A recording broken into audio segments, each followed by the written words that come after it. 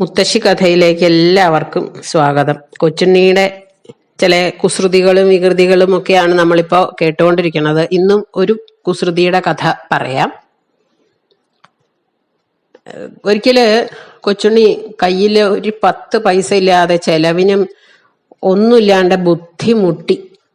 അപ്പോ ആ കായംകുളത്ത് തന്നെയുള്ള ധനികനായിട്ടുള്ള ഒരാളുടെ അടുത്ത് ചെന്നിട്ട് 100 പറ നെല്ല് കിട്ടിയാൽ കൊള്ളായിരുന്നു എന്ന് പറഞ്ഞു. അപ്പൊ അയാള് ചോദിച്ചു, കാശ് കൊണ്ടുവന്നിട്ടുണ്ടോ എന്ന് ചോദിച്ചു. അപ്പൊ പൈസ ഒന്നും കയ്യിൽ തൽക്കാലം ഒന്നുമില്ല, അതാണ് വട്ടച്ചെലവിന് ഒന്നും ഒരു നിവൃത്തിയില്ല എന്ന് പറഞ്ഞു. അപ്പോ അയാള് പറഞ്ഞു, ഇവിടെ നെല്ലുണ്ടാക്കി ഇട്ടേക്കണതേ വിറ്റ് കാശ് മേടിക്കാനാ, അല്ലാണ്ടേ ഇവരും വന്ന് ചോദിക്കുമ്പോ വെറുതെ അങ്ങനെ വാരി കൊടുക്കാനല്ല. ഒന്നുകിൽ പണം കിട്ടണം, അല്ലെങ്കിൽ പണയത്തിന് വേറെ എന്തെങ്കിലും പണയം വെക്കാനായിട്ട് ഈ നെല്ല് കൊടുക്കുമ്പോ പകരത്തിന് എന്തെങ്കിലും വേറെ പൈസ ആയിട്ട് വേണമെന്നില്ല, വേറെ എന്തെങ്കിലും കൊടുത്താലും മതി, അത്രയും മൂല്യമുള്ളത് എന്ന് പറഞ്ഞു. അങ്ങനെയാണെങ്കിൽ നെല്ല് തരാം, അല്ലാതെ നിവൃത്തിയില്ല എന്ന് പറഞ്ഞു. കൊച്ചുണ്ണി ചോദിച്ചു, ഉറപ്പാണോ എന്ന് ചോദിച്ചു. അപ്പൊ ഉറപ്പാ, ഒരു സംശയവും ഇല്ല എന്ന് പറഞ്ഞു. എന്നിട്ട് കൊച്ചുണ്ണി മിണ്ടാണ്ട് തലയും ചൊറിഞ്ഞ് ഇറങ്ങിപ്പോയി. 4-5 ദിവസം കഴിഞ്ഞു. ഒരു ദിവസം രാത്രിയില് അവന്റെ കുറച്ച് കൂട്ടുകാരെയും ഒക്കെ വിളിച്ച് ഈ ധനികന്റെ വീട്ടിലെത്തി. അപ്പൊ ധനികന് 2 സഹോദരിമാരുണ്ടായിരുന്നു. അവരെ 2 പേരെയും കല്യാണം കഴിച്ചു കൊടുത്തു. അയാളുടെ ഭാര്യയും ചെറിയ കുട്ടികളാണ്, മക്കളും ഒക്കെ ഉണ്ട്. അവരായിട്ട് താമസിക്കുകയായിരുന്നു. നല്ല ചൂടുള്ള വേനൽക്കാലമായിരുന്നു. അപ്പൊ ഈ ചൂട് കാരണം ഇവരെല്ലാരും കൂടി പുറത്താണത്രേ, പൂമുഖത്താണത്രേ എന്നും കിടക്കാറ്, ചൂടുകാലമായതുകൊണ്ട്. കൊച്ചുണ്ണിക്ക് നെല്ല് കൊടുക്കാത്ത കാരണം അവൻ ഇത്തിരി മുഷിഞ്ഞിട്ടാണ് പോയേക്കണേ എന്നൊക്കെ അയാൾക്ക് അറിയാം. അവൻ എന്നെങ്കിലും കൊള്ളയ്ക്ക് വരാതിരിക്കില്ല എന്ന് ആ ധനികന് നല്ലോണം അറിയായിരുന്നു.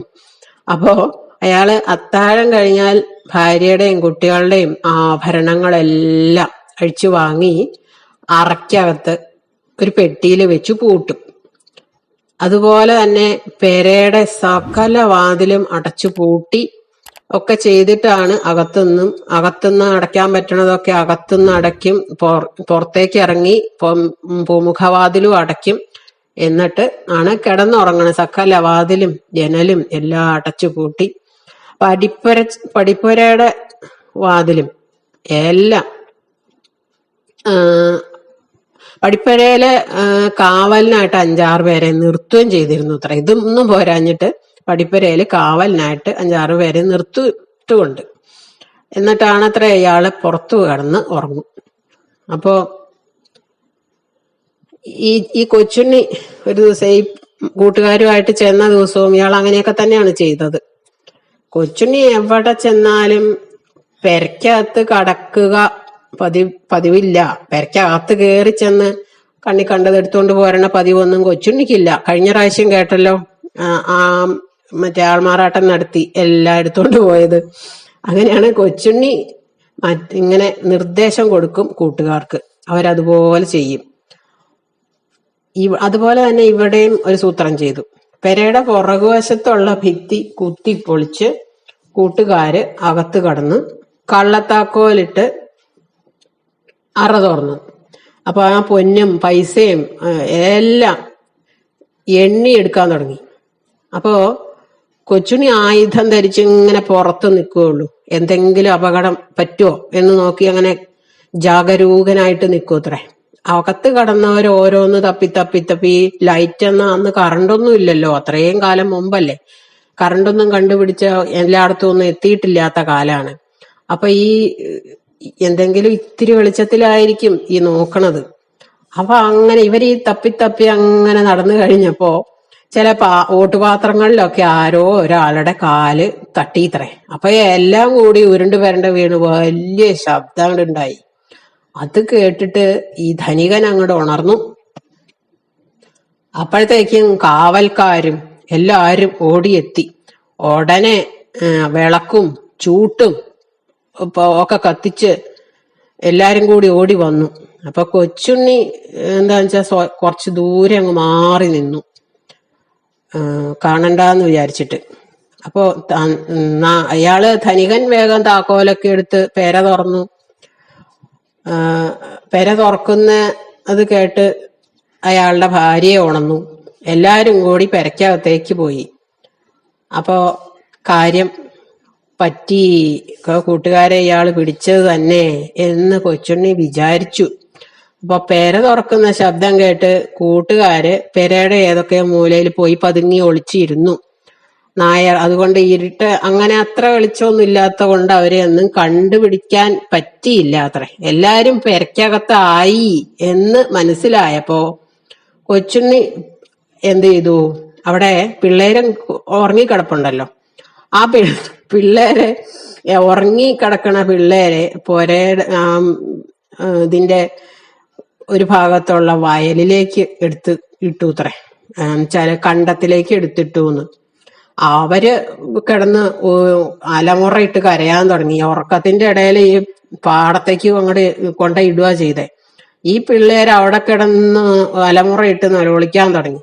അപ്പൊ പിള്ളേരുടെ കരച്ചില് കേട്ടിട്ട് ഭാര്യ അയ്യോ എന്റെ പിള്ളേര് എന്നും പറഞ്ഞ് ഭാര്യയും അതിന്റെ പുറകെ ഈ ധനികനും പാടത്തേക്ക് ഓടി. വിളക്കും ഒക്കെ ആയിട്ട് ഭൃത്യന്മാര് അങ്ങനെ പണിക്കാരെ നിർത്തിയിട്ടുണ്ടല്ലോ, അവരും പോയി. എല്ലാരും പാടത്തേക്ക് ഓടിപ്പോയി. അപ്പൊ എന്താ, കൊച്ചുണ്ണിയുടെ വികൃതിയാണിത്. അപ്പോ അതിന് പിള്ളേരെ എടുക്കാൻ വേണ്ടി ഇതെല്ലാരും വെളിച്ചമൊക്കെ വേണ്ടേ. അപ്പോ എല്ലാരും കൂടി പോയി. ഭൃത്യന്മാരും പിന്നാലെ എത്തി. എല്ലാ മുതലും മുഴുവൻ പോയാലും വേണ്ടില്ല, പിള്ളേരെ നേരാവണ്ണം കിട്ടിയാൽ മതി, കുട്ടികളെ കിട്ടിയാൽ മതി എന്ന് വിചാരിച്ചിട്ട് എല്ലാരും കൂടി പോയപ്പോ ആ തക്കത്തിന് കൊച്ചുണ്ണി കൂട്ടുകാരെ വിളിച്ചുകൊണ്ട് പോന്നു. കുട്ടികളെ എടുത്തുകൊണ്ട് പോന്ന് നോക്കിയപ്പോ അവർക്ക് വലിയ കുഴപ്പമൊന്നും പറ്റിയിട്ടുണ്ടായിരുന്നില്ല. കുട്ടികൾക്ക് വലിയ തരക്കേടൊന്നും പറ്റിയിട്ടുണ്ടായിരുന്നില്ല. പക്ഷെ എല്ലാരും കൂടി പെരക്കകത്ത് പോയി പരിശോധിച്ചു കഴിഞ്ഞപ്പോ കള്ളന്മാരെ ആരെയും കാണാനില്ല. അപ്പോ മുതല് സ്വർണമൊക്കെ എല്ലാം എടുത്ത് പൂട്ടി വെച്ചതല്ലേ. അപ്പോ അതെല്ലാം എടുത്ത് നോക്കുമ്പോ എല്ലാം കൊണ്ടുപോയിരിക്കണു. ഒന്നുമില്ല, എടുത്തു വെച്ചത് ഒന്നുമില്ല, എല്ലാം കൊണ്ടുപോയിരിക്കണു. കൊച്ചുണ്ണി അപ്പോ ആ പിള്ളേരെ എടുത്ത് പുറത്തേക്ക് ഇട്ടില്ലായിരുന്നെങ്കിൽ പെട്ടുപോയാനെ കൊച്ചുണ്ണിയുടെ കൂട്ടുകാരെല്ലാവരും, അല്ലെ? അങ്ങനത്തെ സൂത്രം. അങ്ങനെ ഈ ചോദിച്ചാൽ കൊടുക്കാത്തവരെ പറ്റിക്കണ ഒരു പരിപാടി കൊച്ചുണ്ണിക്ക് നല്ലോണം ഉണ്ട് എന്ന് മുമ്പേയും പറഞ്ഞില്ലേ. അപ്പൊ ഈ ചോദിച്ചു, മര്യാദക്ക് പോയി ചോദിക്കും. മര്യാദക്ക് നമ്മളെ കൊണ്ട് പറ്റണത് അവന് കൊടുത്തു കഴിഞ്ഞാൽ പിന്നെ അവൻ ഈ ജന്മത്തില് പിന്നെ അവരെ ഉപദ്രവിക്കുകയില്ല. അത് പറ്റുന്ന കാലത്ത് അത് തിരിച്ചു കൊടുക്കുകയും ചെയ്യും. പക്ഷേ അവനോട് ഊറ്റം പറഞ്ഞു കഴിഞ്ഞാൽ അവൻ ഉപദ്രവിക്കും, ഉറപ്പാ. ആ പൈസ ഇങ്ങനെ കൊണ്ടുപോണത് ഇപ്പൊ ഈ ധനികന്റെ ആ സാധനങ്ങളെല്ലാം എടുത്തുകൊണ്ട് പോയി അതില്ലാത്തവർക്ക് ദാനം ചെയ്യാണ് ഇവൻ ചെയ്യണത്. അവന്റെ ആവശ്യത്തിനുള്ളത് അവൻ എടുക്കും. അത് കഴിഞ്ഞ് ബാക്കി വരുന്നത് ഒന്നിനും ഗതിയില്ലാതെയുള്ള ആൾക്കാരെ കാണുമ്പോ അവർക്ക് എടുത്തു കൊടുക്കുകയും ചെയ്യും, അല്ലാതെ വേറൊന്നും ചെയ്യില്ല. ആയിരുന്നു കൊച്ചുണ്ണിയുടെ സ്വഭാവം. പിന്നെ ഒരു കാലത്ത് ഒരു മുറജപം എന്ന് പറഞ്ഞിട്ട് ഒരു കാര്യം ഉണ്ടായിരുന്നു. മുറജപം എന്ന് പറഞ്ഞിട്ട് തിരുനാവായ ഉള്ള ഒരു വാധ്യാൻ നമ്പൂതിരി, അദ്ദേഹത്തിന്റെ അച്ഛന്റെ ശ്രാദ്ധ കൂട്ടണം. അപ്പോ ഇല്ലത്തേക്ക് പോണം, അച്ഛന്റെ ശ്രാദ്ധം മുടക്കാൻ പാടില്ല. അപ്പം മഹാരാജാവിനെ അറിയിച്ചു, തിരുവനന്തപുരത്തുനിന്ന് ഇങ്ങനെ അച്ഛന്റെ ശ്രാദ്ധാണ്, എനിക്ക് ഇല്ലത്ത് പോണം എന്ന് രാജാവിനെ അറിയിച്ചിട്ട് പോന്നു. ഇല്ലത്തേക്ക് പോകാൻ വേണ്ടി പുറപ്പെട്ടു. ഒരു ദിവസം അത്താഴം കഴിഞ്ഞ് ബോട്ട് കയറി ഇങ്ങനെ ജലമാർഗമാണ് പോണത്. തിരുവനന്തപുരത്ത് നിന്ന് ഇങ്ങോട്ട് പോരും. പിറ്റേ ദിവസം രാവിലെ വർക്കലയെത്തിയിട്ട് കുളിയും തേവാരവും ഊണും ഒക്കെ കഴിച്ച് അപ്പൊ തന്നെ പുറപ്പെട്ടു. പിന്നെയും അങ്ങനെ കൊല്ലത്തെത്തി. കൊല്ലത്തുനിന്ന് അത്താഴം കഴിഞ്ഞ് പുറപ്പെടാൻ ഭാവിച്ചപ്പോ രാത്രിയില് പുറപ്പെടാൻ ഭാവിച്ചപ്പം ബോട്ടുകാര് പറഞ്ഞു ഇന്ന് ഇനിയിപ്പോ പോവാൻ നിവൃത്തിയില്ല, ഇത് കായംകുളം കൊച്ചുണ്ണിയുടെ കായംകുളം കായലീക്കട വേണം പോവാന്. കൊച്ചുണ്ണിയും കൂട്ടുകാരും ഈ രാത്രി കാലങ്ങളിലൊക്കെ ഈ കായലില് എവിടെയെങ്കിലുമൊക്കെ ഈ ഉണ്ടാവും. രാത്രിയില് മിക്കവാറും ദിവസം ഈ കായലില് എവിടെയെങ്കിലുമൊക്കെ ഈ കൊച്ചുണ്ണിയുടെ കൂട്ടുകാരും ഒക്കെ എവിടെയെങ്കിലുമൊക്കെ തമ്പടിച്ചിട്ടുണ്ടാവും. അവരുടെ കയ്യിൽ അകപ്പെട്ട പിന്നെ പ്രാണനും പണവും ഒക്കെ അവരെടുക്കും, അല്ലാതെ അവര് വിടില്ല എന്ന് പറഞ്ഞു.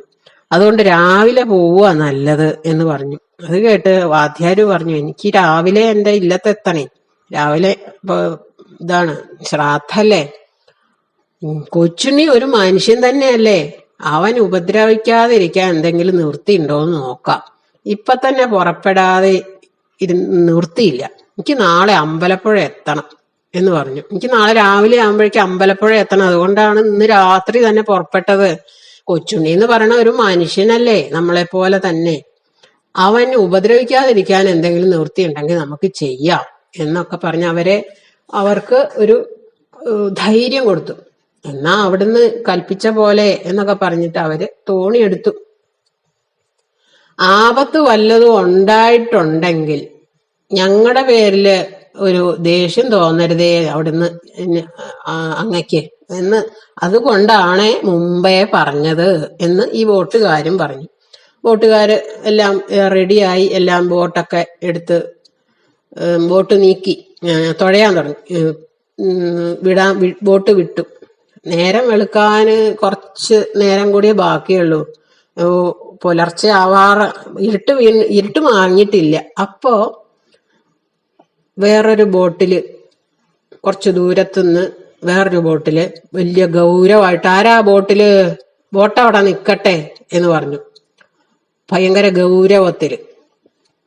ഉടനെ വാദ്യായ നമ്പൂരി ബോട്ടുകാരോട് ബോട്ട് നിർത്താൻ പറഞ്ഞു. ആരായാലും വേണ്ടില്ല, നമുക്ക് ബോട്ട് നിർത്താം എന്ന് പറഞ്ഞു. ബോട്ട് നിർത്തി. അയ്യോ തിരുമേനി നമ്മളൊക്കെ പെട്ടുട്ടോ എന്ന് പറഞ്ഞു. അപ്പോ ആ ബോട്ടുകാര് അത് കൊച്ചുണ്ണിയാണ് എന്ന് അവർക്ക് മനസ്സിലായി.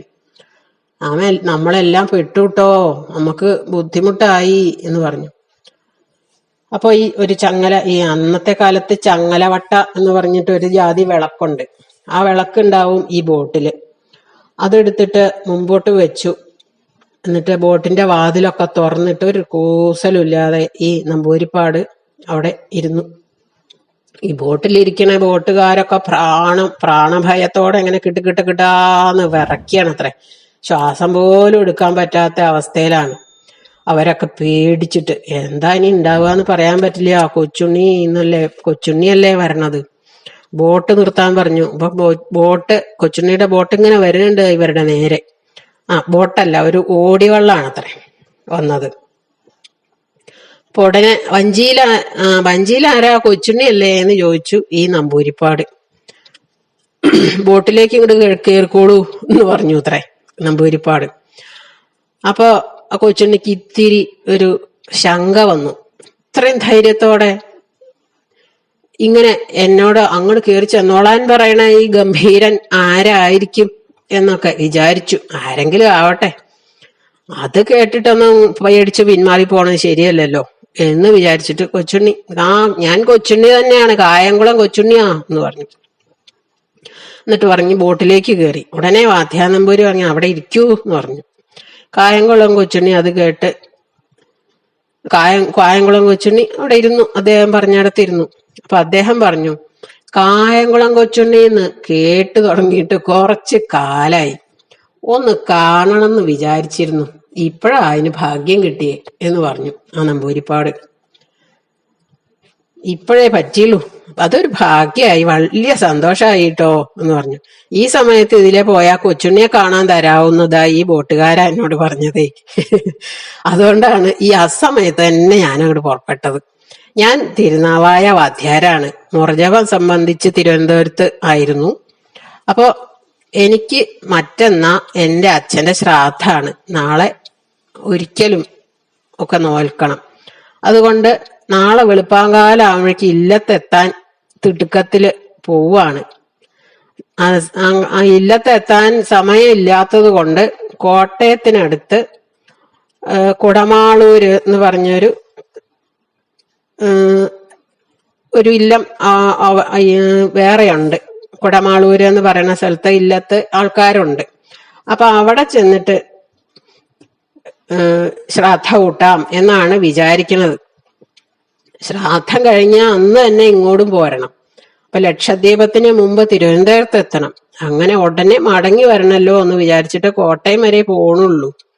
അപ്പൊ തിരുനാവായ വരെ പോയി വരാനുള്ള സമയമില്ല എന്ന് ചുരുക്കം. അതുകൊണ്ട് കോട്ടയത്ത് വേറെ അവനവന്റെ ഉള്ളത് കൊണ്ട് അവിടെയാണ് അച്ഛന്റെ ശ്രാദ്ധ കൂട്ടണത് എന്ന് ചുരുക്കം. അങ്ങനെയൊക്കെ എല്ലാ വിശേഷവും കൊച്ചുണ്ണിയോട് പറഞ്ഞു. എന്റെ കയ്യില് ഞാൻ അധികം സാധനങ്ങളൊന്നും കൊണ്ടുവന്നിട്ടില്ല. എന്റെ കയ്യിൽ കാശും കുറവാണ്. എന്തെങ്കിലും ഒരു ചില്ലറ കാണുമായിരിക്കും എന്ന് പറഞ്ഞു. ഉള്ളത് എന്താന്ന് വെച്ചാലൊക്കെ എടുക്കാം എന്ന് പറഞ്ഞിട്ട് കയ്യിലുള്ളതെല്ലാം കൊച്ചുണ്ണിയുടെ മുമ്പിലാണ്ട് വെച്ചു. ആ ഒരു ചെറിയ പെട്ടിയുണ്ട്. കയ്യിലുള്ളതൊക്കെ ഉള്ള സമ്പാദ്യമൊക്കെ ഉള്ള ഒരു പെട്ടിയുണ്ട്. അതിന്റെ താക്കോലും കൊച്ചുണ്ണിയുടെ മുമ്പിലേക്ക് വെച്ചു. കൊച്ചുണ്ണി എന്താ പറയണ്ടേ, കൊച്ചുണ്ണിക്ക് അത്ഭുതമായി. വളരെ വിനയത്തോടെ താണു തൊഴുത് പറഞ്ഞു, അടിയൻ ഇപ്രകാരമുള്ള മഹാബ്രാഹ്മണരുടെ അടുക്കൽ ഇരിക്കാൻ തക്ക യോഗ്യത പോലും എനിക്കില്ല. ഇങ്ങനെയുള്ളവരെ ഞാൻ ഉപദ്രവിക്കേ അവരുടെ കയ്യിൽ നിന്ന് എന്തെങ്കിലും പിടിച്ചു പറിക്കേ ഒന്നും ഞാൻ ചെയ്യാറില്ല. ഓരോരുത്തർക്കും മനസ്സറിഞ്ഞ് യാതൊന്നും കൊടുക്കാത്ത കുറേ ധനവാന്മാരുണ്ട് നമ്മുടെ നാട്ടില്. അങ്ങനെയുള്ള ദുഷ്ടന്മാരെ മാത്രമേ അടിയൻ ഉപദ്രവിക്കാറുള്ളൂ. ഇപ്പൊ അടിയൻ ആളറിയാതെയാണ് അടുത്ത് വന്നത്. ബോട്ടിൽ കയറുകയും അവിടുത്തെ എഴുന്നള്ളത്തിന് യാത്രയ്ക്ക് താമസം വരുത്തുകയും ഒക്കെ ചെയ്തതിന് ഒരു ദേഷ്യം എന്നോടൊന്നും തോന്നല്ലേ, തിരുവുള്ളക്കേടുണ്ടാവരുതേ എന്നാണ് അന്നത്തെ ഒരു ഭാഷ. ആ തെറ്റിന് ഞാൻ എന്നോട് ക്ഷമിക്കണേന്ന് അപേക്ഷിക്കുകയാണ് എന്ന് പറഞ്ഞു. ഇതിനെക്കുറിച്ച് എനിക്ക് ഒരുപാട് പശ്ചാത്താപമുണ്ട്. എന്നാലും കഴിഞ്ഞ കാര്യത്തെ പറ്റി ഇനി അധികം വർത്താനം പറഞ്ഞിട്ട് കാര്യമില്ലല്ലോ. അതുകൊണ്ട് അടിയനെ അങ്ങോട്ട് പോവാൻ അനുവദിക്കണം, തിരിച്ചു പോവാൻ അനുവദിക്കണം എന്ന് പറഞ്ഞു. ഇങ്ങനെ ഇവിടെ വെച്ച് ഈ തൃപ്പാദം കണ്ട് വന്ദിക്കാൻ എനിക്കൊരു മഹാഭാഗ്യം കിട്ടി എന്ന് പറഞ്ഞു. അപ്പൊ ആ വാധ്യാനം പോയി, ഒന്നും വേണമെന്നില്ലെങ്കിൽ പൊക്കോളൂ, എന്നാലും അധികം താമസിയാതെ ഇനിയും തമ്മിൽ കാണാം. അങ്ങനെയാണല്ലോ വേണ്ടത്. അങ്ങനെ തമ്മിൽ കാണുവാണല്ലോ വേണ്ടത് എന്ന് പറഞ്ഞു. കൊച്ചുണ്ണിയെ ഞാനിപ്പോ ആദ്യമായി കാണുവാണല്ലോ, അതിനാല് ഒന്നും തരാതിരിക്കണത് ഒരു സുഖമില്ല. അതുകൊണ്ട് ഇതിരിക്കട്ടെ എന്ന് പറഞ്ഞിട്ട് നല്ല 4 പാവുമുണ്ട് എടുത്തിട്ട് കൊച്ചുണ്ണിക്ക് കൊടുത്തു. കൊച്ചുണ്ണി അത് തൊഴുത് അതിവിനയത്തോടെ തൊഴുതു വാങ്ങിയിട്ട് പറഞ്ഞു, അടിയന്റെ കൂട്ടുകാരില് ചിലര് ഈ കായലിലൊക്കെ ഇങ്ങനെ വേറെ ചില തോണികളിലൊക്കെ ഇങ്ങനെ വട്ടം കറങ്ങി നടക്കാറുണ്ട്. ഇനി ഇവിടുന്ന് അങ്ങോട്ട് വടക്കോട്ട് ചെല്ലുമ്പോ ചിലപ്പോ അവര് വല്ലവരും ചെന്ന് പിടികൂടാൻ സാധ്യതയുണ്ട്. അപ്പോ അവരത്ര വകതിരിവ്, എന്നെ പോലെ ഇതുപോലെ ആയിക്കൊള്ളണം എന്നില്ല, അവർക്ക് അത്ര വകതിരിവില്ലാത്തവരും ഉണ്ട്. അപ്പോ വല്ല ഉപദ്രവവും ചെയ്തേക്കും ചിലപ്പോ. ഇപ്പൊ കൊച്ചുണ്ണിയെ കണ്ടു, കൊച്ചുണ്ണി അങ്ങനെ ചെയ്തു ഇങ്ങനെ ചെയ്തു എന്നും പറഞ്ഞാൽ അവർക്കൊന്നും മനസ്സിലായിക്കൊള്ളണം എന്നില്ല. അതുകൊണ്ട് ഇത് കയ്യിലിരിക്കട്ടെ, അവിടുത്തെ തൃക്കൈയില് കിടന്നോട്ടെ എന്ന് പറഞ്ഞിട്ട് കൊച്ചുണ്ണിയുടെ മോതിരം അഴിച്ച് ആ നമ്പൂരിപ്പാടിന് കൊടുത്തു, ആ വാദ്യാർക്ക്. അവരെ ഉപദ്രവിക്കാൻ വരുമ്പോ ഈ മോതിരം കാണിച്ചാൽ മതി. ഇത് കാണിച്ച് വിവരം പറഞ്ഞാൽ എന്റെ കൂട്ടുകാരായിട്ടുള്ളവരാരും പിന്നെ അവിടുത്തെ ഉപദ്രവിക്കില്ല, എല്ലാരും മടങ്ങിപ്പൊക്കോളും എന്ന് പറഞ്ഞു. അങ്ങനെ ഒരു ഉപദ്രവം വരാതിരിക്കാനും പിന്നെ എന്നെ കുറിച്ച് അവിടത്തേക്ക് എന്നും ഒരു ഓർമ്മ ഉണ്ടാവാനും വേണ്ടിയിട്ടാണ് ഞാൻ ഈ മോതിരം തരണത് എന്നും പറഞ്ഞു കൊച്ചുണ്ണി ആ മോതിരം അടിച്ചു കൊടുത്തു വാദ്യമാർക്ക്. അതിൽ നല്ല രത്നങ്ങൾ പതിച്ച മോതിരായിരുന്നു, നവരത്ന മോതിരായിരുന്നു എന്നാണ് പറയണത്. അങ്ങനെ കൊച്ചുണ്ണിയും വാദ്യാരും നന്നായിട്ട് സന്തോഷമായിട്ട് പിരിഞ്ഞു. ഒരു ഉപദ്രവം കൊച്ചുണ്ണി ചെയ്തില്ല. അത് കഴിഞ്ഞ് കുറച്ചും കൂടെ മുമ്പോട്ട് പോയപ്പോ ചില തോണിക്കാർ ഈ കൊച്ചുണ്ണി പറഞ്ഞതുപോലെ അടുത്ത് ചെന്നു. ബോട്ടിൽ കയറി അങ്ങനെ ഉപദ്രവിക്കാൻ ഭാവിച്ചപ്പോ വാദ്യാൻ നമ്പൂരി എന്ത് ചെയ്തു? കൊച്ചുണ്ണി കൊടുത്ത മോതിരം കാണിച്ചു, വിവരം പറഞ്ഞു. അതുകൊണ്ട് അവരാരും ഉപദ്രവിക്കാതെ മടങ്ങിപ്പോയി. കൊടമാളൂരെത്തി ശ്രദ്ധ കൂട്ടി. പിന്നെ ആ മോതിരം ഉണ്ടായിരുന്നത് കൊണ്ട് വാദ്യാൻ നമ്പൂരിക്ക് പിന്നെ തിരുവനന്തപുരത്തേക്ക് തിരിച്ചുള്ള യാത്രയിലും ഒരു കുഴപ്പവും ആരുടെ കയ്യിൽ നിന്നും ഒരു ഉപദ്രവവും ഉണ്ടായില്ല എന്നാണ് പറയണത്. അദ്ദേഹം അത് ആജീവനാന്തം നല്ല ബഹുമാനമായിട്ട് തന്റെ കയ്യിൽ ആ മോതിരം ധരിച്ചിരുന്നു. ആ കൊച്ചുണ്ണി കൊടുത്ത മോതിരം, നവരത്ന മോതിരം, അദ്ദേഹം അവസാനം വരെ നല്ല ബഹുമാനത്തോടെ സന്തോഷത്തോടെ ആ മോതിരം ധരിച്ചിരുന്നു എന്നാണ് പറയണത്. അപ്പോ കൊച്ചുണ്ണി എല്ലാവരെയും ഉപദ്രവിക്കാറില്ല എന്നുള്ളതിനൊരു ദൃഷ്ടാന്താണ് ഈ കഥ. ഈ വാദ്യാർക്ക് ഉണ്ടായ അനുഭവം അതിനുള്ള ഒരു ദൃഷ്ടാന്താണ്. ഒന്നും കൊടുക്കാത്ത ഒരുപാട് മുതലുണ്ടായിട്ടും ഒന്നും കൊടുക്കാത്ത ദുഷ്ടന്മാരെയാണ് കൊച്ചുണ്ണി ഉപദ്രവിക്കാറ് എന്നുള്ളതിനൊരു ദൃഷ്ടാന്താണ് ഈ കഥ. ഇന്നിവിടെ നിർത്താം. എല്ലാവർക്കും നന്ദി, നമസ്കാരം.